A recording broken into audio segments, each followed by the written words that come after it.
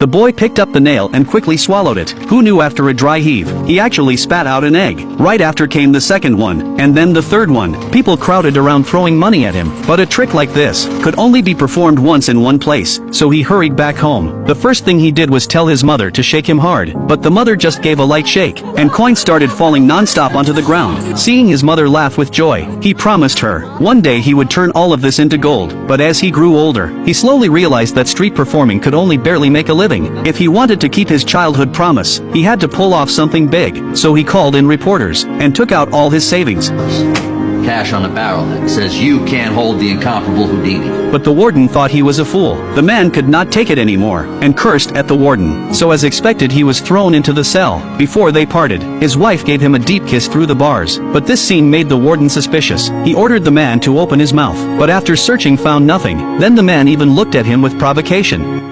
You don't get out, I keep you here overnight for disturbing the peace. A true magician would never make such sloppy moves, even though the key was indeed in his mouth. It was just that.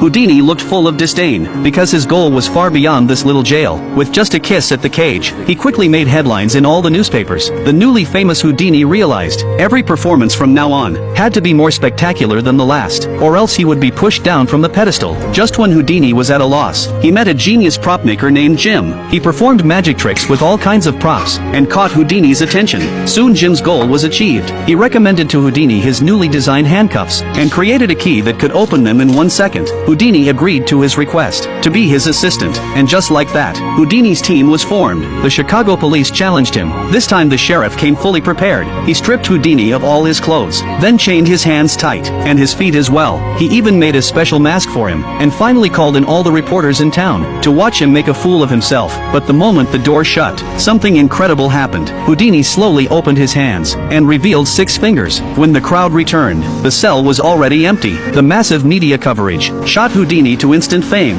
but he knew this was still not enough. To keep the spotlight, he had to come up with something even more thrilling. So they cuffed his feet, then hung him upside down in the air. 3 men slowly lowered him into the water tank. Houdini started trying to break free. For this newly made prop, Jim himself was not confident. He nervously watched his boss inside the tank, but as expected an accident happened, when Houdini could not hold on, and asked to be pulled out. The foot shackle box got stuck and would not open. Soon his face turned pale from holding his breath. He was about to suffocate. Jim quickly swung an axe and smashed the glass. Only then did Houdini escape by sheer luck. But once out, Houdini did not blame Jim. So soon after, the water torture cell was brought to the stage. Houdini put on the shackles just like in rehearsal, then was lowered upside down into the water cell, and the lid was locked. This time he was challenging the limits of the human body. The audience held their breath below. Time ticked by second after second, even past the human limit, and Houdini still did not appear. The crowd grew restless and uneasy, afraid someone might die. His wife kept signaling frantically at Jim. Jim was panicking too. He hurriedly called for rescuers to come up, but when the screen was removed, the tank was already empty. The stunning performance made Houdini a legend again, and he instantly became the greatest magician in America. He even received an invitation from the German royal family, but the king had seen it all, and ordinary tricks could not impress him. So to impress the king, he had to show a true masterpiece. He called in a general, and had him shoot at a target. The general pulled the trigger, and hit the bullseye on the first try. The assistant took the gun, and loaded more powder. Houdini then pulled out a bullet, and let the general verify it was real. After confirming it, the assistant placed the bullet into the barrel. But when the general raised the gun again to aim, Houdini suddenly stepped forward. The man suddenly stood in front of the target, and claimed he would catch the bullet with his mouth. His wife instantly grew nervous, because even she had never seen this performance before. Fire! Pull the trigger! Pull the trigger! But after the gunshot, Houdini was not only unharmed, he actually held the bullet in his mouth. The king had never seen such a performance. He could not help but stand up and cheer for him, but he never would have thought the secret was actually so simple. Just a small magnet could easily pull out the bullet along with the ramrod. But this simple trick once again raised Houdini's value. Soon he was invited to perform for the Tsar and his family, and this time what he wanted to show was his divine power. He took out a slip of paper he carried with him, and told everyone to write down their wish, then asked the princess to pick one out. But when Houdini unfolded the paper, he realized he could not read Russian, so he had to hand it to the queen for translation. I'm afraid you will never be able to grant a wish, Houdini. The Kremlin bell had not rung for hundreds of years. Not only had the bell rope rotted away, even the ladder leading up was completely ruined. But Houdini was full of confidence. He picked up a red handkerchief and walked to the window, opened it, so everyone could see the ancient bell that had slept for centuries. Then he stuffed the tissue into the handkerchief and pulled out a rope from below. Houdini asked the princess to come up as his assistant. Pull the rope. Pull it again. The bell's sound rang out melodiously, echoing through the entire palace. The royal family all knelt down, but in reality, this was just another trick from Houdini. He had arranged a sniper ahead of time, hiding in the opposite building, with a silencer on the gun. The moment the princess pulled the rope, the sniper fired directly at the bell. And from then on, Houdini became a global sensation. He finally fulfilled the promise he made as a child, earning endless gold coins for his mother. But as technology advanced, magic shows gradually declined, because audiences were deeply attracted to something called movies. And there was even an actor named Charlie Chaplin, who made audiences laugh non-stop. This made Houdini very upset as a magician, so to win back the audience from him, Houdini made a crazy decision on the spot. He not only moved his show from the theater to a frozen lake, but also tied chains all over his body, and jumped off a 100-meter high bridge.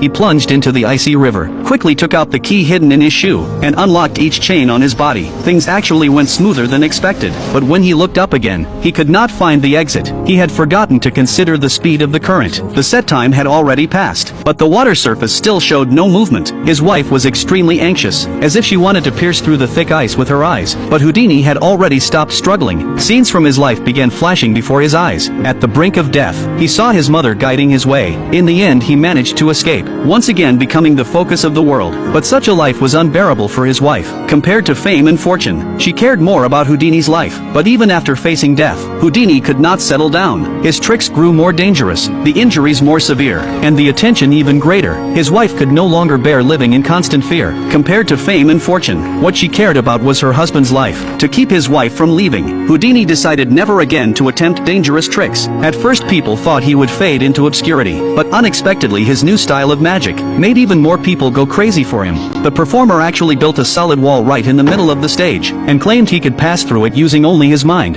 As soon as his assistant pulled the screen across, the next second the man really came through. The audience below was completely stunned, so they all asked him to do it again. The man who had only rehearsed once feared he would be exposed, so he had no choice but to perform again under pressure. When the screen closed, he quickly gave a hand signal, and his partner pulled the lever. A small hole instantly appeared on the floor, and that was the secret behind walking through walls. Just like that, the great magician Houdini crawled through with no regard for his image. Under the worried gaze of his wife, he stood up and twisted his waist to show he was fine, then straightened his clothes, and before he could respond to his wife's love, he quickly struck a stylish pose, returning once again to the audience's sight. The crowd erupted in even louder applause, but Conan seemed to realize something. When the show ended, he went straight backstage, saying he had seen through the wall trick. Using the perspective of Sherlock Holmes, Houdini felt a pang of guilt, but what Conan said next shocked him even more. Spiritual powers. Houdini never imagined that a writer known for strict logic would actually believe in spirits and the supernatural. But at that moment, his assistant brought shocking news. Houdini's mother had suddenly passed away. His mind went completely blank,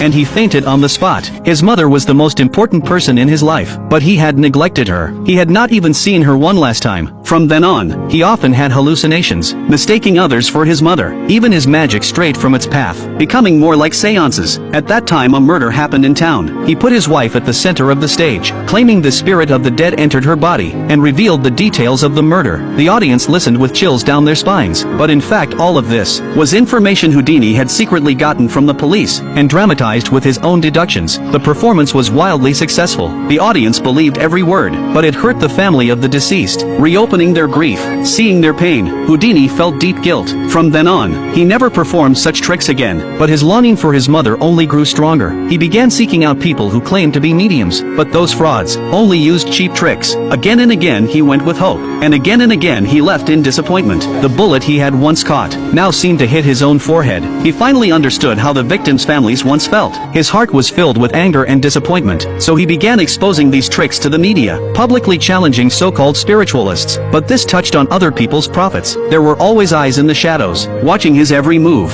One day he met Conan and his wife again. They knew Houdini doubted spiritualism, so they decided to give him a seance themselves, and the wife's method was different from the rest. She used a pen as the tool to talk with ghosts. As a strange wind blew, it seemed his mother really entered the woman's body. She began recounting Houdini's life, and some secrets no one else knew. Houdini wanted her to connect to his mother, but the woman refused. With a scream of pain, she returned to normal, but Houdini still saw through it. The bells and whistles during the seance were all made by them, and the most unbelievable man's voice came from the woman's skill at ventriloquism. Though these tricks were advanced to a world-class magician, they were still child's play. Later he exposed the woman's scam on the radio, and once again warned those mediums, who preyed on people's emotions for money, that he would fight them for the rest of his life. But not long after, an accident happened. A stranger pretending to be a fan came backstage, and attacked Houdini when he was unprepared. By the time he was taken to the hospital, it was already too late. Houdini's appendix had ruptured, and his body was fatally infected. But how could a great magician accept ending his life in such a careless way? On the night he knew he was dying, he made a secret code with his wife. If seances were fake, he wanted to use this code as his final blow against the spiritualists. But if seances were real, then he could stay by his wife's side forever. So in the days after, his wife held seances as he had asked, but no one could ever say the secret code. Yet who would have thought, the one who most hoped seances were real was Houdini himself? He wanted to use it to heal the regret in his heart. Houdini spent his life chasing escapes, finding ways to break every chain, but in the end, he locked his own heart with a knot that could never be undone.